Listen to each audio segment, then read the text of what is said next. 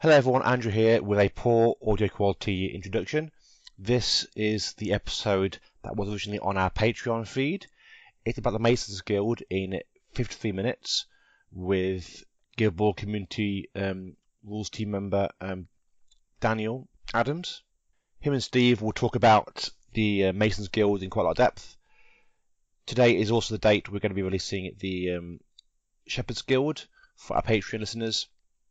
Again, it's $5 a month, which is probably roughly the cost of, I guess, 5 $1 suites a month. And in that, we'll have roughly an episode a month where we go into guilds and other bits and bobs. And if you don't pay that for whatever reason, the episodes will slowly be appearing on this feed. This episode originally was in February on Patreon feed, and now it's on here. Anyway, enough rambling. Time for the episode. Bye. Welcome, my vaccinated listeners, to Singled Out Bonus Time. This is episode 63. In this episode, Steve Cole talks to Daniel Adams in a complete rundown of the Masons Guild.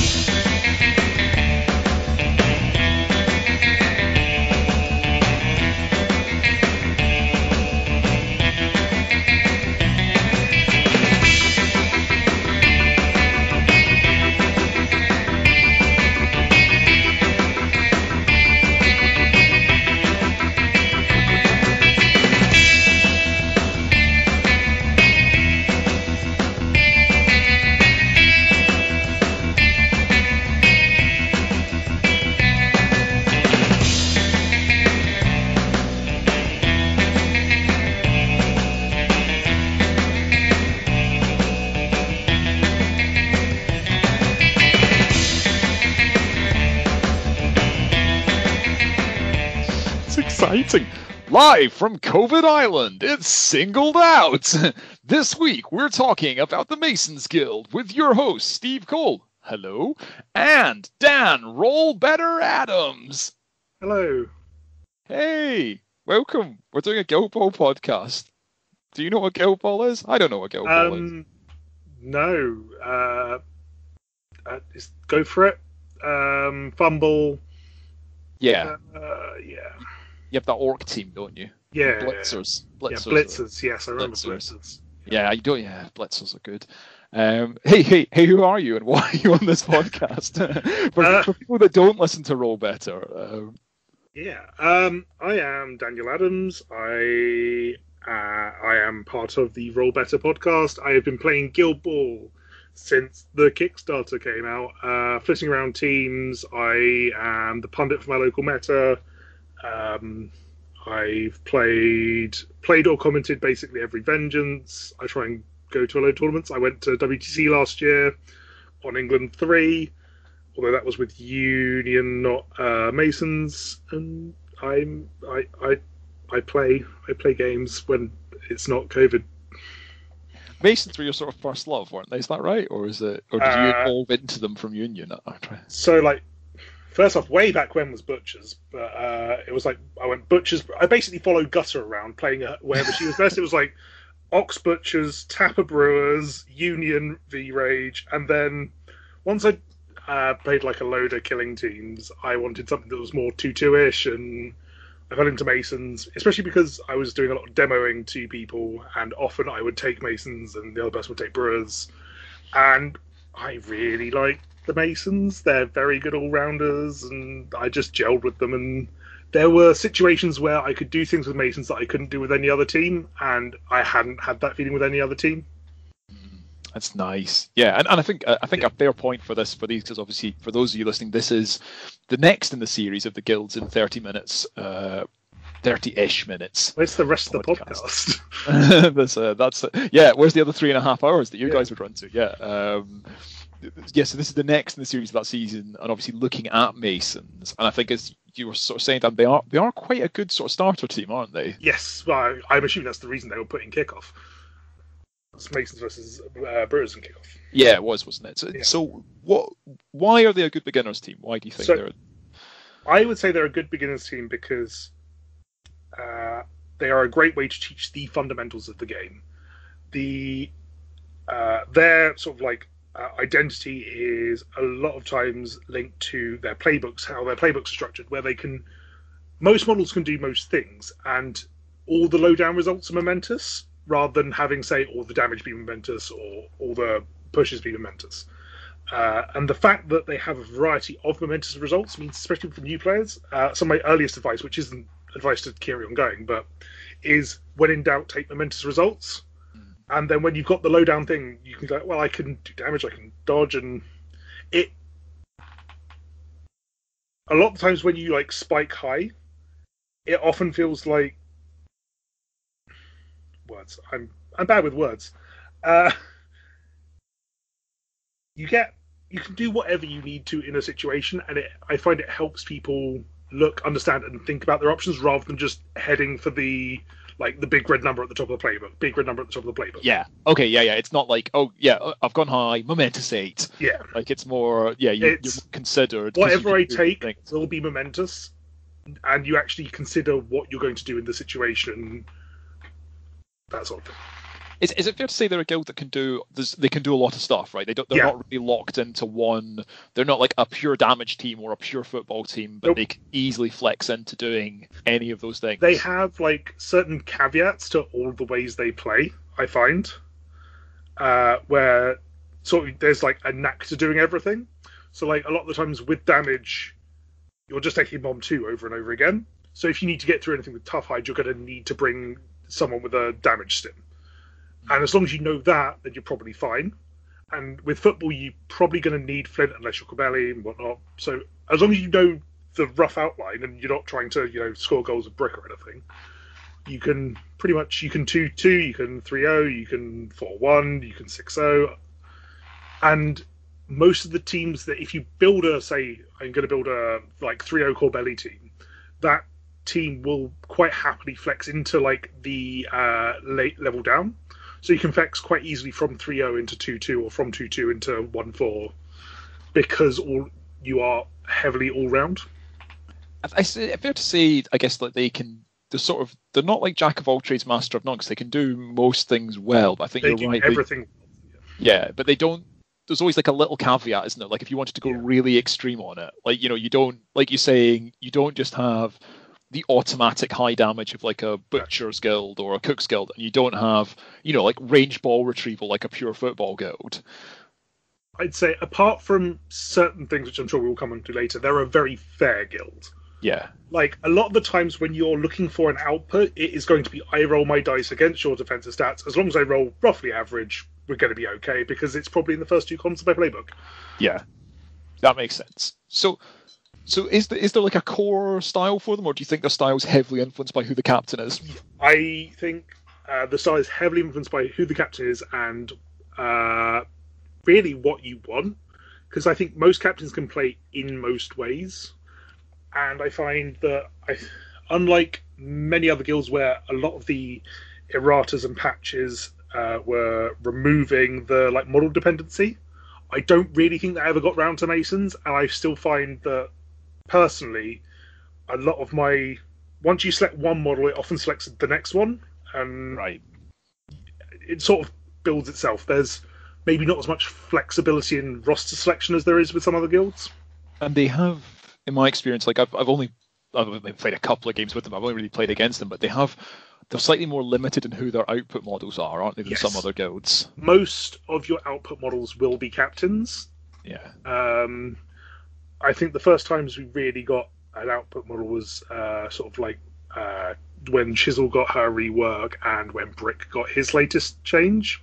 Yeah. But so as far as I believe in Guild Ball is being able to one round models is very important, and because Masons are very low down the playbook, they often only have Mom 2. Yeah. So it's really divide someone's health by 2. That's how many influence you're generally going to need to put into them. Which means that often it is captains doing the heavy lifting, as when it comes to damage, and then also with goals. Just because they are, inverted commas, an inherently fair team, you just need weight of influence to do most things, because you're not going to have the big spikes. And we sort of talked about, I guess it's slightly different. We talked about it with when we talked about cooks, like not you and I, but when we did the Yeah. cooks podcast, we talked about the fact that like every model in that guild potentially does quite a lot of output. Like you're more not there's no issue with giving a model influence, like, and that affecting your output. Like it's more about the stage they come in at, and that you just can't you can't put full influence on everyone. Whereas with Masons, I guess that is one of the things, isn't it? You can, if you clip 2 or 3 models in a guild, the rest of them are much more supporting. Yeah. A bit more maybe like farmers or something like that. Yeah. So let's talk about captains then, because I think that's the big defining feature. Yeah. So Masons, obviously being a major guild, they have 3 captains. Which one do you want to start with? Do you want to talk about your favourite first? And then we can fill the rest of the podcast with the 3 minutes we've got left. So, Honor is the captain I absolutely fell in love with because she does things that no other captain can do in the game. She is, in my opinion, the epitome of an all-round captain. She... I'm going to get out the card.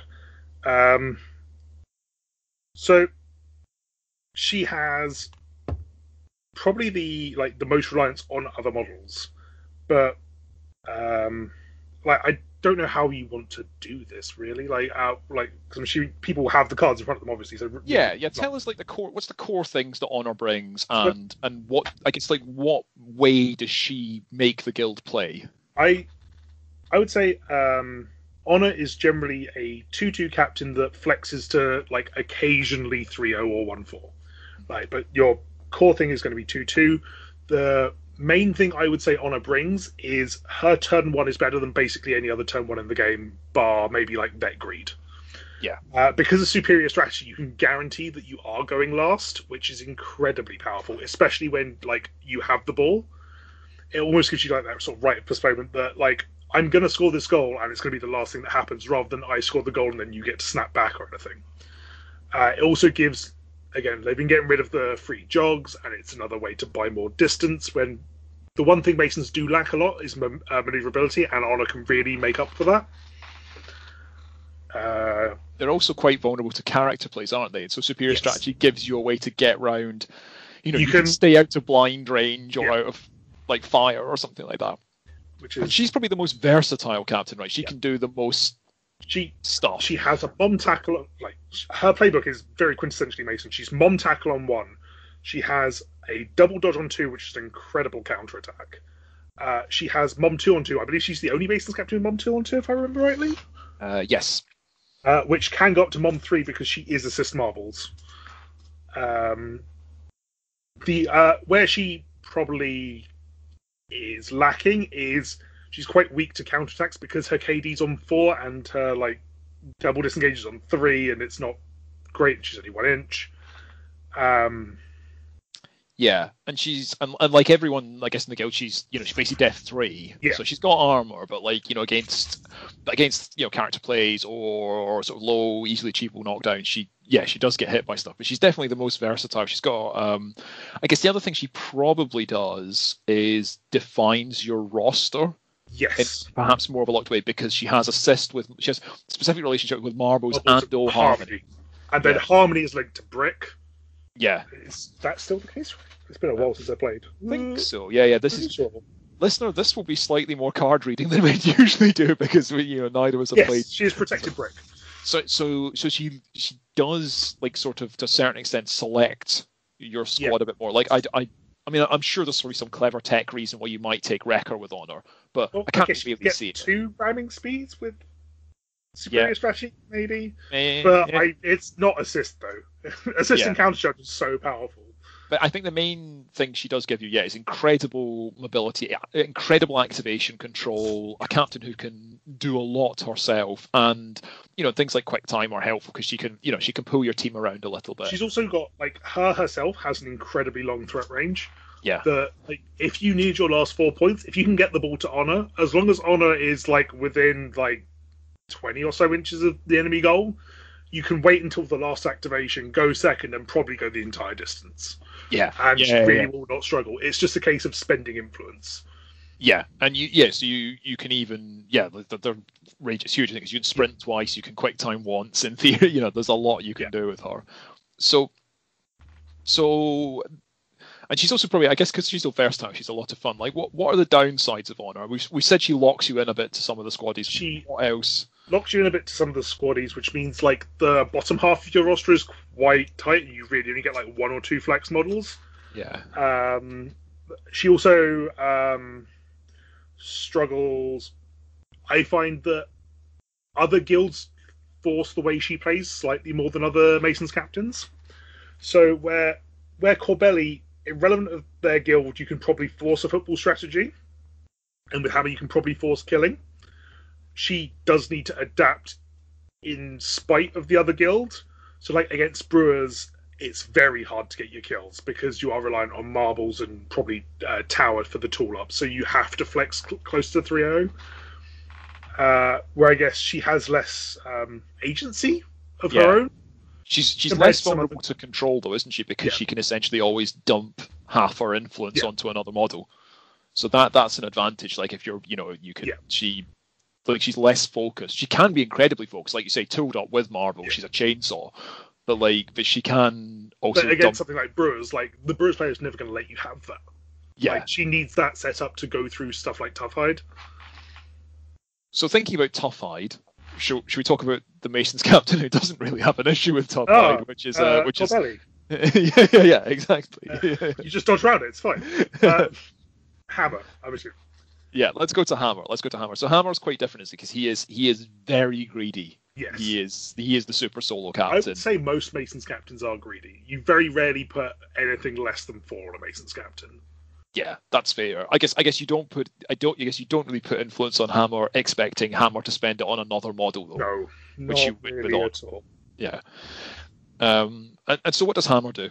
So Hammer is your damage captain. He is your super solo captain, really. Like, he will generally always get his stack of 6, and he's always going to output points in a turn. As long as Hammer's big limiting factor is his range. Yeah. He has a very binary range where if you can measure 10 inches, you can probably stay away from Hammer. Yeah. If you're within 10 inches, you're probably really unhappy. Yeah. He's also probably the best Masons captain at getting at scoring 6-point activations. Yeah. Because as soon as he gets into a model, he has a lot of maneuverability due to knockback. Yeah. So if you can get the ball to him, he's quite able to kill a model plus score, I find. He's less shackled on his roster is more open generally. Yeah.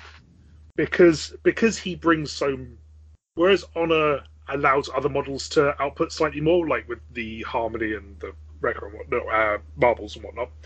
Because Hammer does a lot of the heavy lifting himself, his roster is slightly freer to flex in and out. Though I guess you tend to end up with at least 1 or 2 models who are basically supporting Hammer, because so much of your output comes through Hammer. Like Honor can turn other models into decent output models, where there's so much is coming through Hammer that you often end up taking Tower for tooled up and V Harmony so he doesn't get knocked down, because he's a weird. The one thing is with Hammer, his 2 weaknesses, I guess, are he is pretty vulnerable to being controlled, though there are mitigations for that. Like he doesn't hugely like a fire AoE standing in his way, or fear or something like that. And he is 1-inch reach, and he's not so he is vulnerable to being disengaged by stoic models. Yeah. Well, he's also stoic.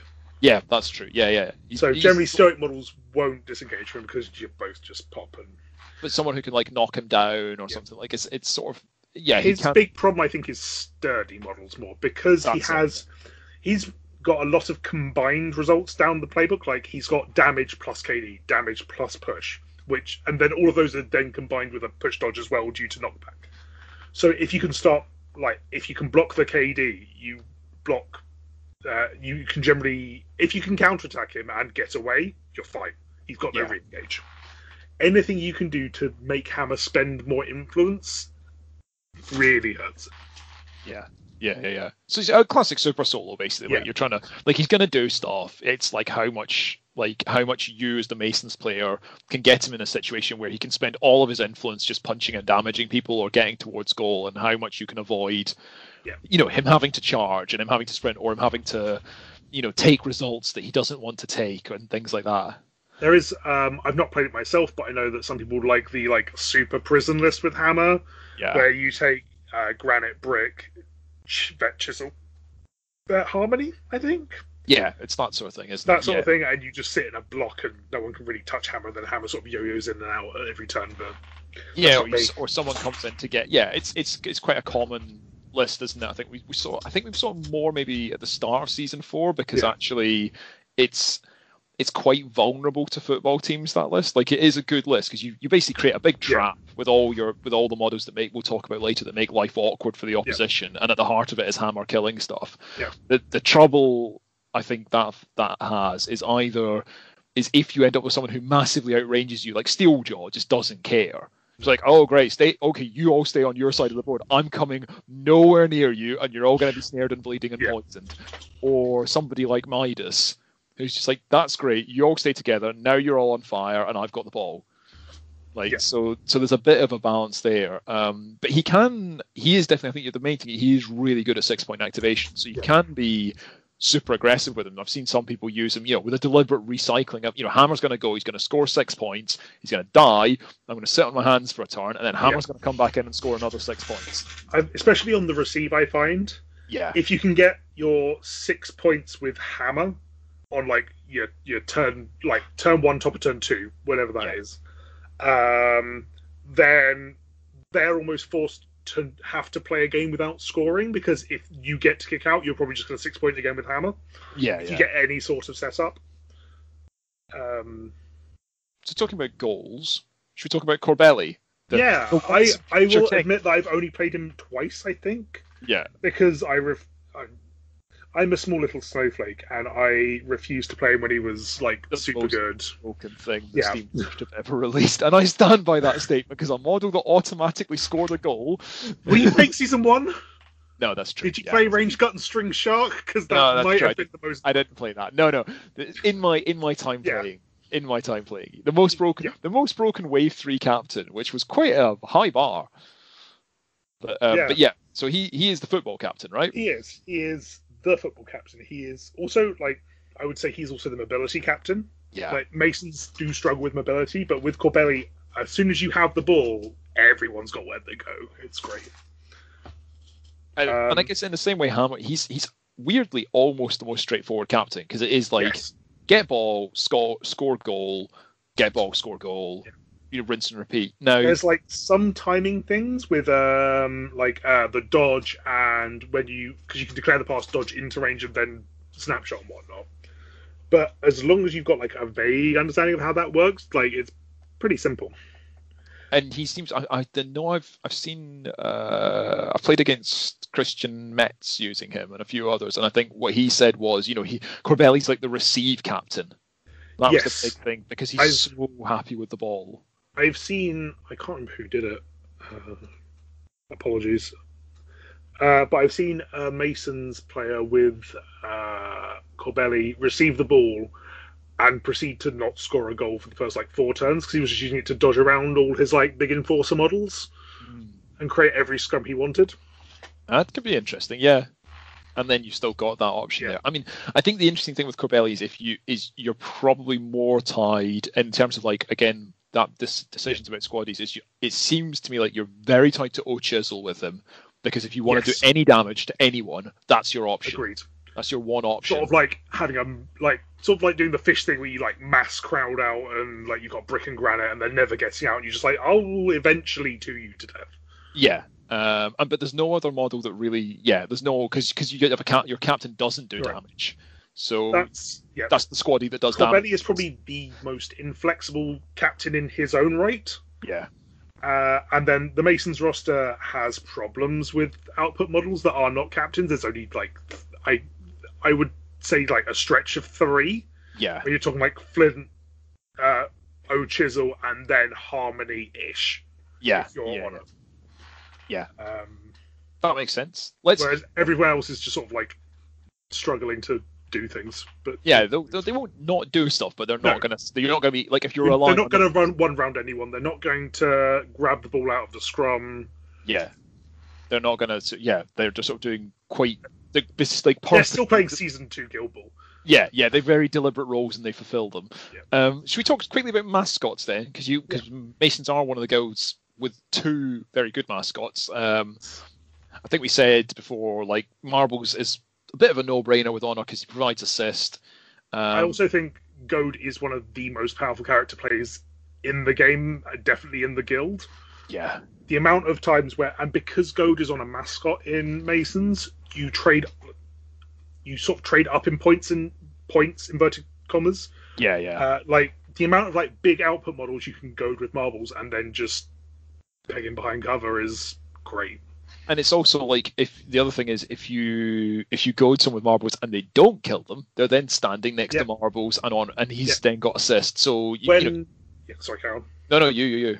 So when like blacksmiths first came in, end of season, mid season, like 3.5 or whenever it was, the amount of times where marbles would run up to Hearth, hug her, and goad her just so she can't move, because Hearth's never killing marbles, so she just can't walk away. She can knock down marbles all she wants, but she's not allowed to like walk away from it. Yeah. And it's like, then Honor just comes in, and Honor's just in range. And I think if people wanted like an example of like good marbles with Honor, like there's the game from the WTC we were at with Bryce versus Christian Metz, the aforementioned Christian Metz, where essentially for the first 3 turns Marbles just keeps goading Thresher. Yeah. And it's like a coin flip. If you got momentum, always bonus time goad. Yeah. But like you just trade up like 1 influence for 5.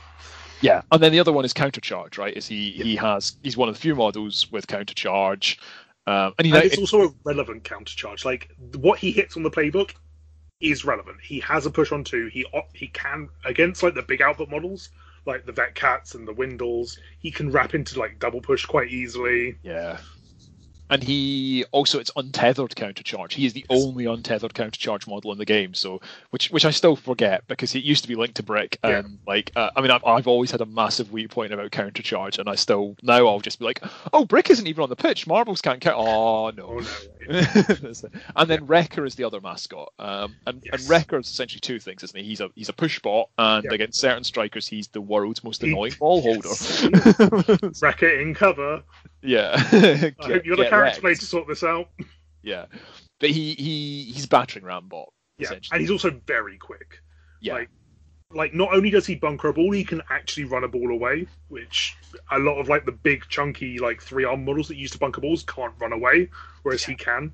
Yeah, Iron's not running very far. Especially against 1-inch strikers, where even if they come and like end the turn disengaging, where they can like maybe get a good counter attack, he can just nudge them in, push them 2-inch out, and then just go on his other way. Yeah, and also he, like, for those models, I've definitely had situations where I've had the ball on Vitriol, and someone's just gone and engaged her with Wrecker, and you're like, I can't, in Wrecker and cover, you're like, oh, I can't get out, because I can only hit my first column, and I can't walk away because he's got knocked down on 1 or something. Is it Wrecker? 2. He's got knocked down on 2. So his parting blow is pretty relevant. Knockdown and a tackle on 2 on second column. So attack 5. That's not. Yeah. You have to. That's something you have to consider. So let's talk about the squaddies, and I think we've talked a bit about Masons having limited output squaddies. Yeah. So should we talk about those specifically, the 3 output squaddies you mentioned? So the first one, Flint. Yeah, Flint is your football output squaddie. I am still of the opinion he is probably like top 3 strikers in the game. He has everything you want. His like only weak point is having tack 4, but that's not uncommon in strikers. He's 1 inch as well, but like he got buffed to 4-1 in the last update, which is great. Like he's above average defensive stats for a Mason. He's got Where They Go, which is like the best viable dodge. He's got tackle dodge on 1, momentous. Close control. Yeah. 4-8 kick. Yeah, he's like he's like the sort of I think the previous guest on this series, Edek, who was saying like Flint is like the archetypal striker. Like he does everything you want from a striker, and he does it in a very simple manner. So it's not a rocket science thing. I guess it makes him very hard to displace from the team because he is very good at what he does, and he does it in a very. I think a thing I find with a lot of the good strikers, like sort of Fathom and Flint and Spade, is they're actually very point and click. Yes, Go a definitely. long way with the ball, with some sort of dodge in there, and have a good kick stat. Like Masons have the slight benefit of it being slightly less point and click because you've got like Corbellion Honor, where Yeah. you can sort of extend and move it around and jiggle it around a bit. But I guess unlike, say, we mentioned Vitriol earlier, you're not worried about is Flint standing near this other model to do this thing. You're not pulling other stuff out of it, or you don't have specific relationships to cover or anything like he's great. So Flint, O Chisel was probably the other one we mentioned. O Chisel, yep. O Chisel is sort of the squaddy damaged output model. You've got Monty on 2. She's got her own damage stim that she can buy without influence, which means she can still have 4 attacks to output with 2 on 1 and 3 on 2. Yeah. And once you play Guild Ball for a bit, the first 2 columns are really what you're looking for in a model. If your first 2 columns are bad, the model is probably not good. Yeah. Like, because in any situation where like they've got a crowd out or thing, you're only hitting those 2 columns. Like. Yeah, I know Chisel. Yeah, she's the one with the most. Yeah, like you say, she's got that. She wraps naturally. Yeah, because she's tax 6. And she also, you can give her 2 damage buffs, because she's the only, other than Hammer, she's the only model that can have 2 damage buffs, so she can be 1-3 on 1, which is great. And she can one round a model with the right setup, but also she can definitely bottom top a model. Yes, which a lot of Masons, but basically no other Mason squad can really do. She can also top a model with Honor, where if you prison a model at the bottom of a turn, like with 1 hit point, you can finish it off, trigger her +2 armor for the turn, jog backwards, and then superior strategy her, so you've still got fully loaded Chisel ready to go, but she's then 3/3. Yeah, and that's the other big thing she brings to is that if she's killed someone, she's very, very durable. Yeah. If she hasn't killed someone, she's pretty squishy because she's 3/1, 14 boxes. So she's very glass cannony. There's many situations where when games are quite even, you'll end up going 6 on Captain, 4 on Chisel, and they've got to pick one of them to kill, and they're probably killing whichever one they pick, but then the other one's got to do the work. Yeah. And so the last one we talked about as an output model it's a bit more situational, but is Harmony. One last point on OG, actually. Against like the low def models, like stuff like Brewers and that lot, her wraps are really good because not only does she have a 4 at the top of her book and she wraps naturally, she also has concussion, which is like, because she has such high damage on the lower end of her playbook, hitting the non-momentous concussion wrapping into like Mom 3, even if it's Mom 3 down to 2 due to Tough Hide, is super relevant against. And she's the model that Vetcat spends they basically Vetcat and her, if they ever play on the same pitch, basically spend the whole game scared of each other, and if one gets into the other one's just ruined. But concussion's great against those models, and that's a really good point. So I would say it's probably 2 other output models. So Harmony, I think, is the one. Like Harmony, you are almost certainly never taking if it's not an honor team. Yeah, I've never taken her on not an honor team. I've taken Vet Harmony on honor, but I've not taken O Harmony on anyone else. Yeah. And she is she's kind of an honor mimic, isn't she? Yeah, it's almost like a stat stick. Yeah. Like, because honor imparts her stats to Harmony, it just makes it into another Mason's model that has a very good stat line, and it allows you to, because it's linked, which is again one of the best rules in the game. There are so many situations where linked can get you wins that you can't get in any other way. You can put any combination of models down, it's not going to work unless you got it linked. Because you can spend, because they stopped it going over the limit, so I think it's like 13 influence all in one turn with Honor and Harmony. Yeah. If you need to, again, if you need a 6-point activation at the top of a turn, you can sort of kill one thing with Honor and then have the ball on Harmony, and that'll be your 6 points.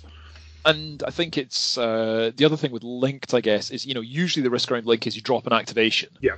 But Honor can patch that because because you have superior strategy, so you can at least often even that score a bit. A lot of the time with linked, you are going to be trading down in influence. Yeah. Even if you maintain activation parity, you're going to be trading down influence because you're probably spending 10 influence to remove maximum 6 of theirs. Yeah. But it's just how important that 6 influence is. Yeah.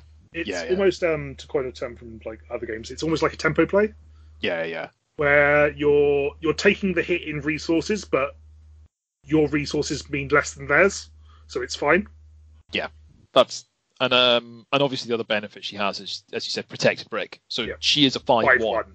which is a mean stat line. It's, I would suggest that there's probably one other sort of output model, which is the do you newest Mason, which might be Champ. I was going to say possibly Lucky because I've not played with Lucky, and I know I've heard he gets like vague output because he's Mom 2-on-2, but I don't have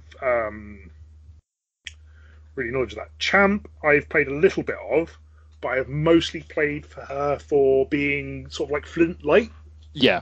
where she's got the distance of Flint, especially in like honor teams and Corbelli teams, but it doesn't quite have the playbook and tact to like.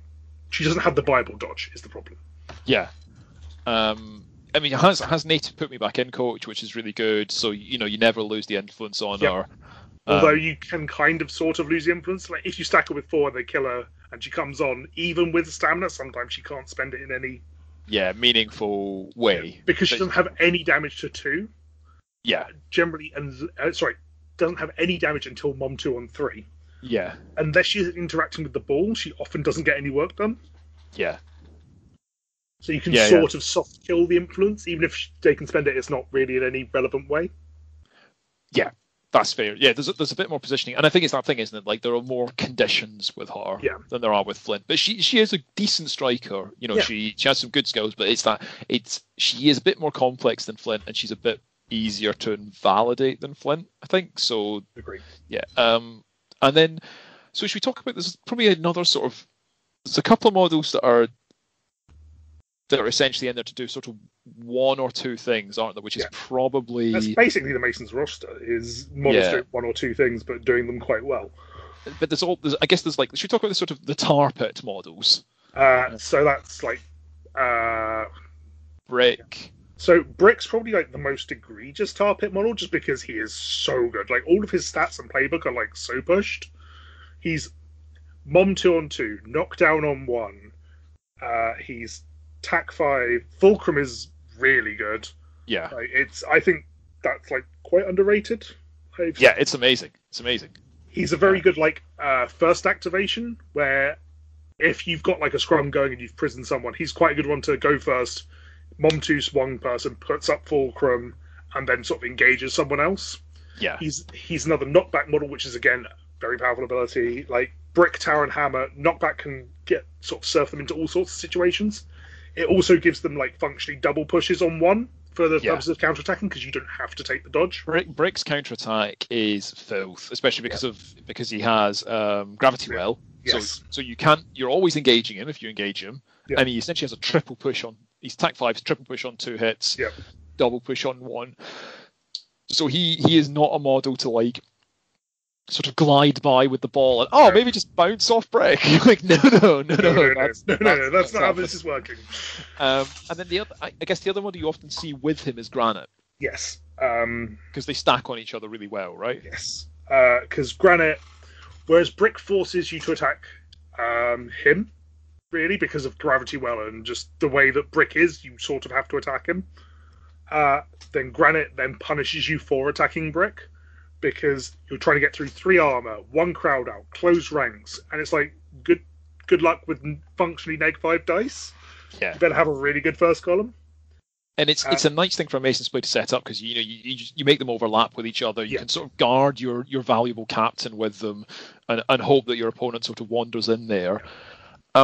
The other model to talk about with Granite is hello. There's an animal appeared on the screen. That isn't Dan giving me an affectionate hello, unfortunately. I would, but there is my cat. The other model to talk about with Granite is Vet Harmony. Yeah. She still does that, right? I'm not. Yep, it is. So Vet Harmony has you've got a lot of 4-inch auras. Turns out, has got 4-inch auras where she can pass damage off to herself. So what you can do with Granite is if Granite takes damage, you can pass that to Vet Harmony, and then someone within 4 inches of Granite has taken damage. So Granite can then have the free jog herself. Yeah, they get a lot of displacement, don't they? Yeah. And she also can take damage and conditions, can't she? Yes. So she's No, she's isn't a it really... Chisel that takes conditions, or am I imagining V Chisel? Oh, it's V-Chisel, isn't it? Yeah. Yeah. Yeah, So she's V-Chisel. clear conditions. She has Field Medic. That's Yeah. the one. So she can basically hit. She's one of the 2 models, or 3 with Lucky, I guess, in the guild that can like help clear conditions off you. She also has Mark Target, which is really useful for all the reasons Mark Target is useful. Yeah, Threat popping extension. resilience, popping. Yeah. Again, especially with stuff like Hammer, which is where you often see Vet Chisel. Yeah. Anything that can extend Hammer's threat range is gold, because its influence Hammer doesn't have to spend. Yeah. And then I guess there's another sort of tier of models that sort of sit behind that, which is, we talked Vet Chisel is she's a kind of flex spot, isn't she? Yeah. She allows you to do lots of flex in game, I guess. So as you this is how you get where like the Masons roster is very reliant on all the rest of the Masons roster.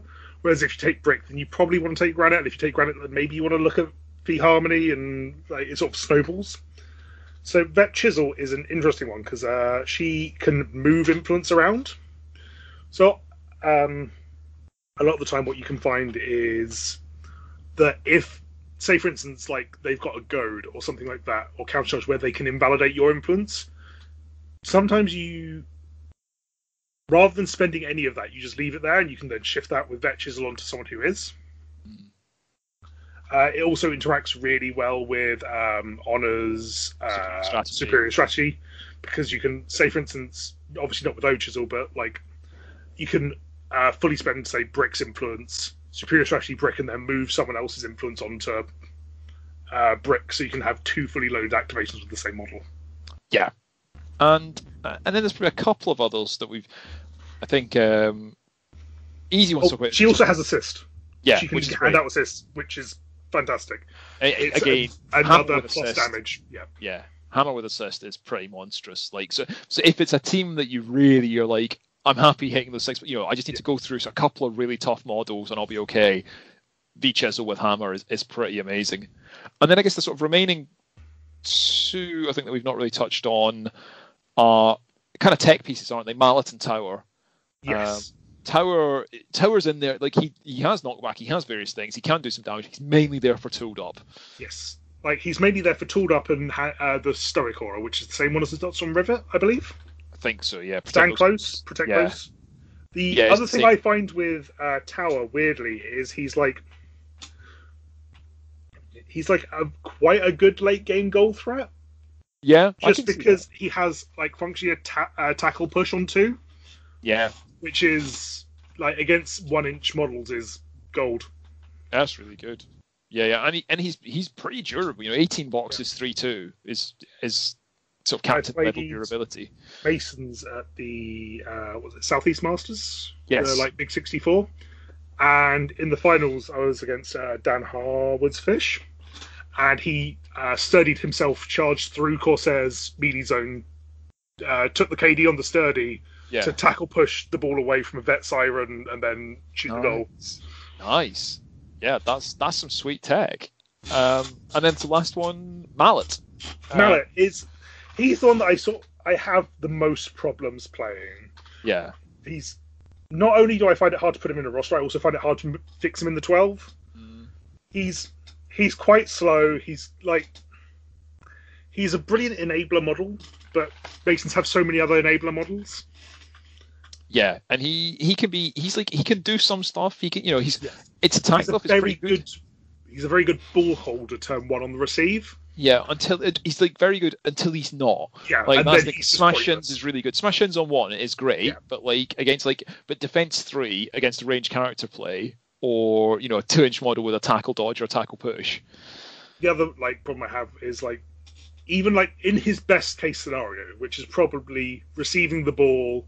And then he's where you put the ball against 2-inch melee teams, because he's 3/2.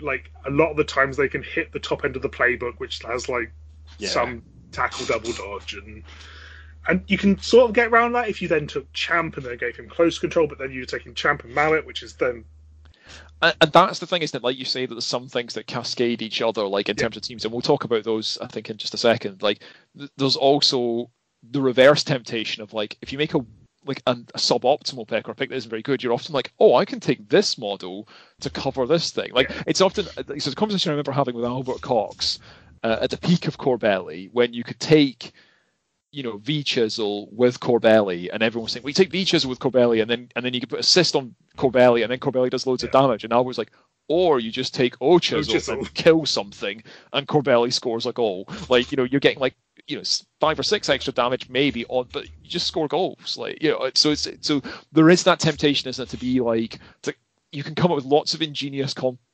combinations with Masons, but sometimes you can be too clever. Yeah, that's something. Should we talk a little bit about, like, sort of like the team you'd build out, because there's these quite distinct teams, or maybe even just like an example, sort of core team for each of the captains, because I think we've said they do drive. So let's start with Honor, and I think I have problems because I'm probably going to bring my own biases into this. This is a podcast full of bias, okay, that's fine. Then this is going to be good. Perfect. Honor. At no point have we said this is a neutral podcast without opinions about stuff that is. Honor is the only captain worth playing. Don't have the others in the roster. There's no point. Honor will do whatever you want, whenever you want. There we go. But in counter that argument, I give you blacksmiths. Yeah, you right. want Hammer into blacksmiths. I think blacksmiths are the only reason why I play Hammer in my 12. So Honor, I cannot find a reason not to take marbles. Yeah.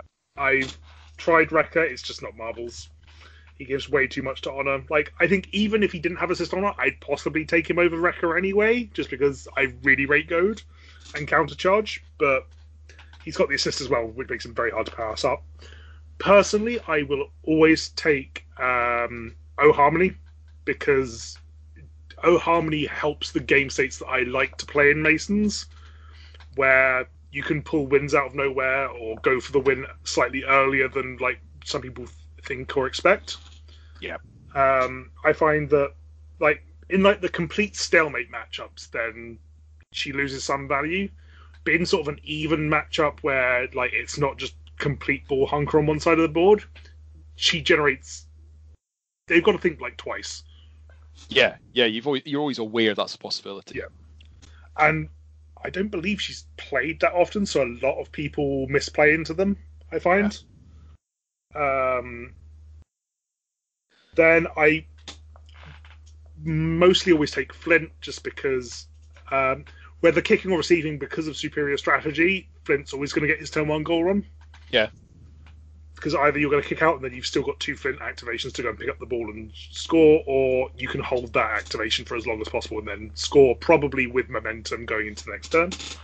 So, like, if they misplay the ball, then you get a second goal. So then that leaves 2 slots.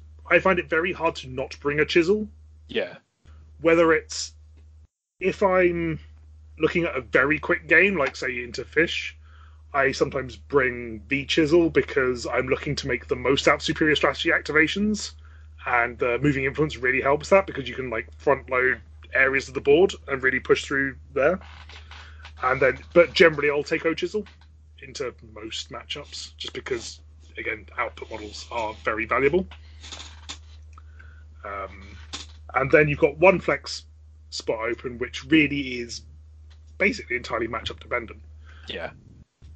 A lot of the time I will default to Brick just because it keeps Harmony safe and he's just very good all around.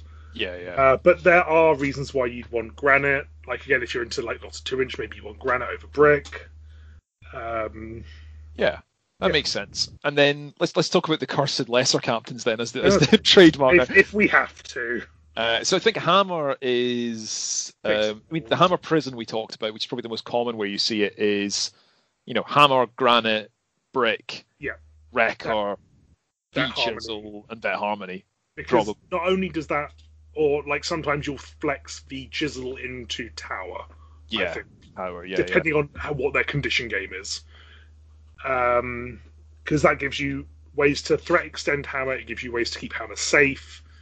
A lot of the time you will want to go second with that team and then be able to go with Hammer last, and it gives you the highest chance of being able to push Hammer into a position where he can sort of yo-yo in and out.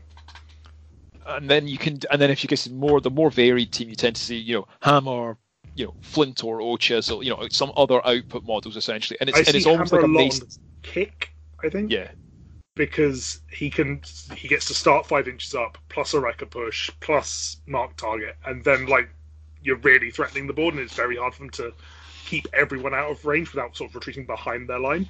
Yeah, and the big thing to be aware of just with the wrecker push in Hammer is that will remove Hammer's Stoic. Yeah. Sturdy, is it Stoic? I can't remember. Which is the one you get pushed in? Stoic, will it? Stoic, I think. So because wrecker... Is Stoic not enemy? No. No, it's May. You may ignore the first Yes. push, but as soon as you've used that, you don't get to Stoic on another model, but it's not. You don't have to suffer a push and then. Yeah. No, you can be pushed by Wrecker, but it just means that then if you go into a mod, say you go into Hearth, the aforementioned Hearth, she's just going to push Hammer right back out. Sure. Because and it's just a little one to be aware of with Hammer, and then Corbelli. So Corbelli's the one I have least experience on, but I would probably default to taking marbles just because I rate goad. Yeah. It also gives you like a pseudo goalkeeper. You probably don't play marbles like far up like you do with honor. Yeah. But I can imagine you play them like fairly close to the goal. Like you get to countercharge occasionally through goads and that sort of stuff. I think you should probably always take O Chisel just because you need an output model. Yeah, and then you're probably always taking Flint. Yeah, because like he's the best striker, and then another mod. It's probably whether you want to play that I'm going to move some big enforcers around, or whether you're going to I'm going to sort of yo-yo in O Chisel, Flint, and Corbelli, and then I want all the buffs to put on them. So you might take maybe Tower and like Vet Harmony. Yeah, and I think there's also there's some merit in it with Corbelli. I think I've seen it done where it's almost using Brick like a pseudo version of Mule. Because you can move him so far with Corbelli, of just going, Brick's going to come and interfere with you. Yes. Your whole team, go fight Brick. Because he is the most durable model in Mason. So, go fight Brick. Here is a large target. And while I run around and try and get the ball. So there is some merit to that. I guess, get to summing up, are Masons fun? Yes. Yeah. They might not be flashy, but if you find looking at the game of Guild Ball not like a puzzle, like an engineer puzzle where it's like I need to hit there, dodge there, but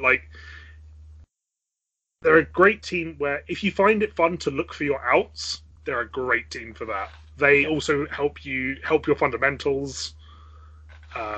Just learning the game as a whole through Masons is I think it's very rewarding because you get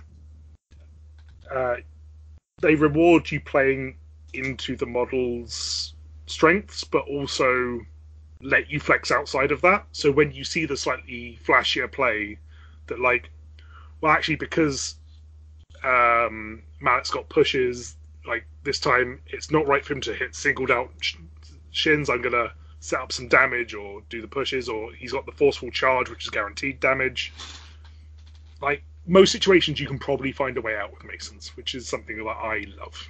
Yeah, I'm with you. I love having options, and I don't. And they're a funny one, and they're a guild that can work, as we talked about. The sort of Hammer Prison is a guild with a very rigid single plan. Yeah. I'm going to do this, but they also work incredibly well as a guild where I don't really have a plan. I'm going to see what the board state looks like, and I'm going to play dependent on that. And so, they reward a lot of different play styles. I don't have much more to say about Masons. I know you could talk more about. Maybe we'll do some bonus content at some point, which is just a 4-hour monologue from you about Honor and her glory. But I think that's a guild in a 3 etched into a 5 sort of scored out into a 3 in 30 minutes, and that's the Masons Guild. So I just want to say thanks for coming on. Oh, no worries. Thanks for taking the time to chat us all through this, and I'm sure that people can hit you up on Discord and things like that if they want to chat Masons. Always happy to chat Masons. Brilliant. So thank you very much, dear listener. We hope you enjoyed this, and we'll see you again, I'm sure, for more guilds in somewhat more than 30 minutes.